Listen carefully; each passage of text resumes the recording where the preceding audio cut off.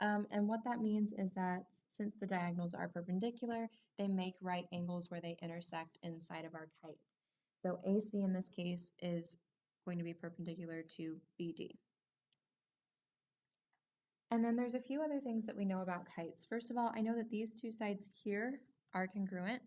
I also know that these two longer sides are also congruent to each other. And we will learn later, because these two triangles are congruent to each other, as well as these two triangles are congruent to each other.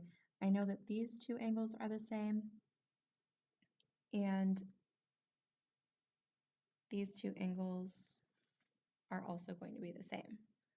Okay, so that's just some valuable information that you might use later.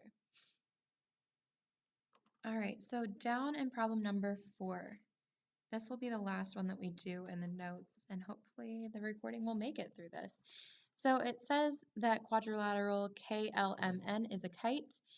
What are the measures of angles 1, 2, and 3? So first of all, we know that the diagonals of a kite are perpendicular by that theorem that we just talked about. So I know that the measure of angle M, since it's a right angle, is going to be 90 degrees. That one's pretty simple. Okay, and then after that, I told you guys that these two angles here are congruent because they are similar they are congruent triangles. So those two angles are the same, so angle 3 is also equal to 36 degrees. So far, so good. Now, the way that I like to do angle 2 is I like to use the triangle angle sum theorem that we've been using all year long, and just look at this little triangle at the top.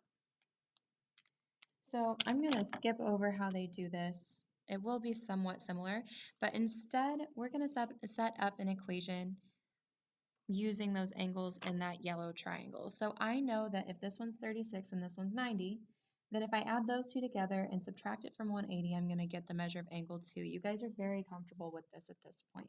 So I'm going to make it into an equation just in case you're a little unsure. So 36 plus 90 plus the measure of angle 2 equals 180. When I add together the 36 and the 90, I get 126 plus the measure of angle 2, which equals 180. And when I subtract the 126 over, I find that the measure of angle 2 equals 54. Okay, so I am completely done with this problem. All they asked for was 1, 2, and 3. We found all 3 of those. So looking ahead, we are not going to fill out that chart on the next page just yet. Actually, you know what? That might be helpful. I'm going to go ahead and do it since we skipped over the other question and I think I still have some time. So just make sure that you get these copied down. So first of all, a kite and a rhombus, those are both going to be quadrilaterals, okay? They both have 4 sides. So they are both falling into that category.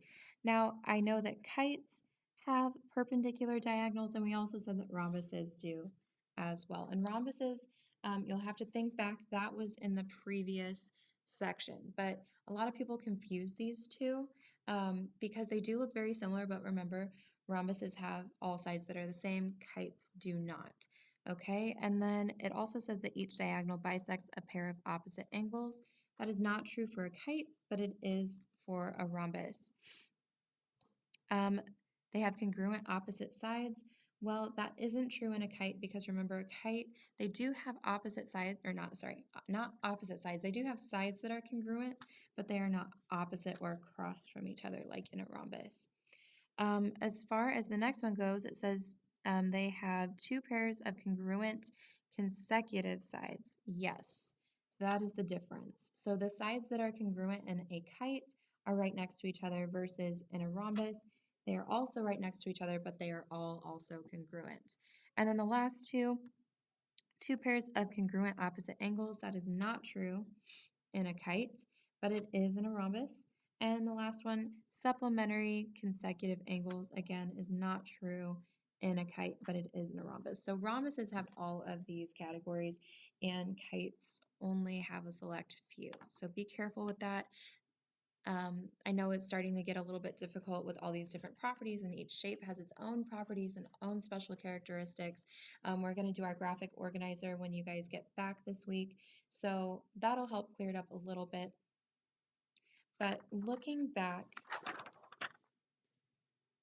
at this problem that we skipped, I'm a little concerned that I don't believe there's something like this on your homework, but I just want to quickly walk through it with you. I know we're starting to run out of time. I'm sorry, I'll make your assignment short, I promise. Um, but we just want to quickly look at this because it is something that does come up every once in a while, and I skipped it because I wasn't sure if we would have time, but it looks like we do.